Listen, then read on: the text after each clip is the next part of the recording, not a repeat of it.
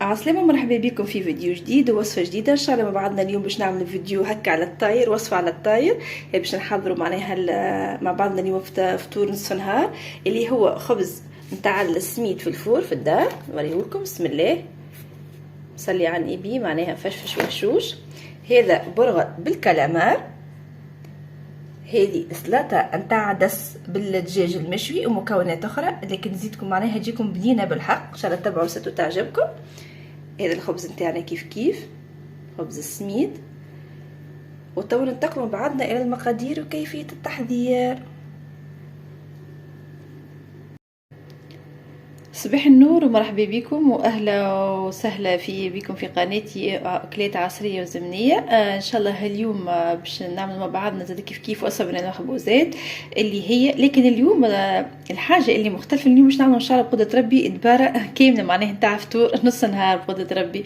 اول حاجه هنا باش نبداو بتحضير الخبز. هذا ديجا معناها خبز في الفور، خبز السميد لا اله الا الله رسول الله، هو ميلونج بين السميد والفارينه. لكن قبل ما نبدا الفيديو نتاعي نحب نبدا بالصلاه والسلام على رسول الله. اللهم صل وسلم وبارك على سيدنا محمد. وكانك اول مره تزور القناه نتاعي فضلا وليس امرا الاشتراك بالقناه، وكان عجبك الفيديو ما تبخلوش علينا باللايك وتبارطاجيو مع الاحباب والاصحاب باش تعمل فايده على الناس الكل. قبل كل شيء ديجا هوني خديت عندي 600 غرام، ديجا نقرب لكم الكاميرا، 600 غرام سميد ارطب نخلته غربلته، وعليه 400 غرام فارينه نخلتها وغربلتها، عليه 3 مغرفه اكل سكر تاع ماكله معناها ملعقه طعام، عليه 2 مغرفه اكل ليفير شيميك اللي هي معناها خميره كيميائيه جافه فوريه، عليه مغرفه نتاع اكل ملح مش مليانه برشا، وعليه 3 مغارف زيت نباتي. وديجا بالنسبه لهنا للماء عندي ماء دافي معناها باش نبدا نخلط ديجا المكونات اللي عندي هذوما ونعجن الخبز نتاعي وين نوصل للقوام اللي حاجتي بيه نوريهولكم ان شاء الله. وهنا كيما نشوفوا بعدنا سي بعد ما كملت معناها عجنت العجينه نتاعي وحضرتها. بسم الله، ديجا نوريكم معناها اللي تبدا راهي معناها تريه ماهيش قاصحه. توا هكايا غلفتها معناها دهنتها بشويه زيت باش نغطيها ونخليها تخمر. وتوا ننتقلوا مع بعضنا التحضير معناها دبرة اليوم ان شاء الله.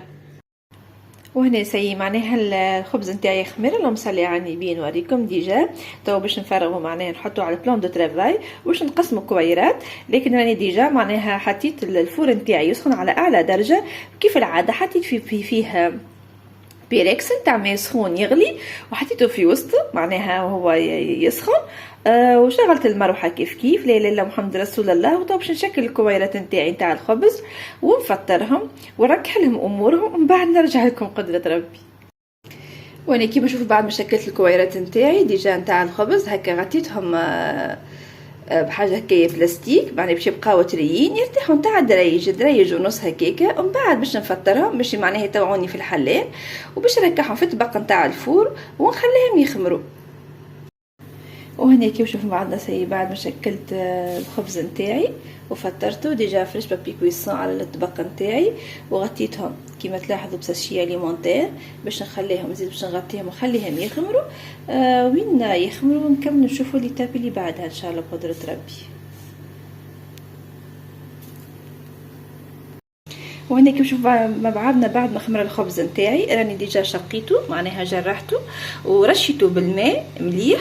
ومن بعد دريت هذوما ديجا بس هذوما خليتهم عاديين جست كان بالماء بركه مرشوشين، والاخرين ديجا لله محمد رسول الله جست بعد ما هكا جرحتهم رشيتهم بالماء رشيت عليهم السميد. طبعا باش نحطهم في الفور يطيبوا وين يحضروا نرجع لكم قدره ربي ان شاء الله في صحن التقديم.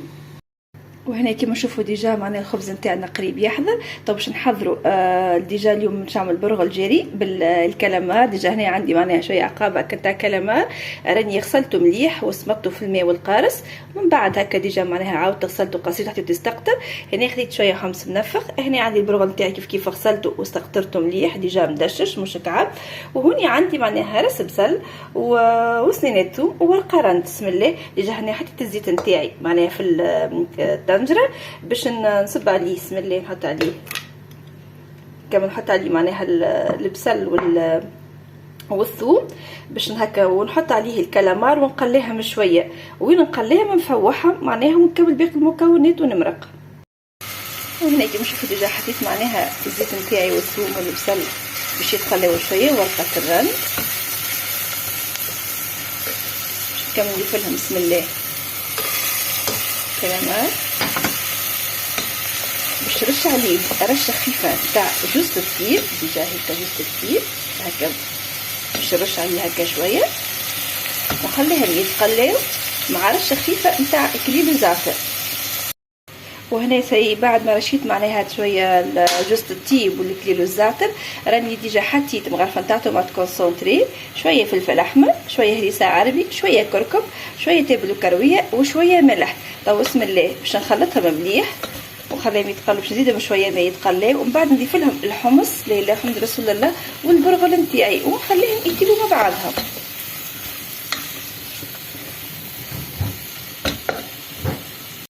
وهنا تسي بعد هكا ما ضفت لهم شويه ماء، ديجا تلاحظوا باش يبدا هكا يغلي، باش نكمل نضيف بسم الله الحمص.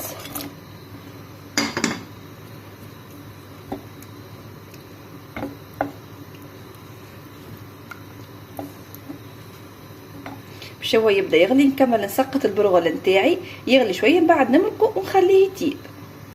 وهنا بعد سي معناها ما كملت معناها غلي الحمص نتاعي والكل،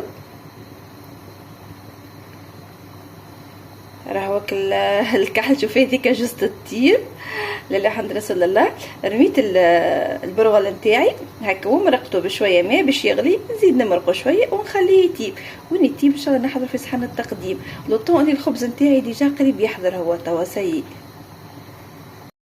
وهنا ديجا بعد ما كملت سي حضر الخبز نتاعي طاب البرغل نتاعي. هذه سلاطه باش نعملها سلاطه تاع عدس لا اله الا الله محمد رسول الله. يعني ديجا عندي معناها العدس لورانجي مقشر راني سمطته، كانت تلاحظوا معناها مش مسموط بالكدا، تما تحسوا كعبه شطار وكعبه طايبه. انا ما نحبوش انا الاولاد معناها طايب برشا.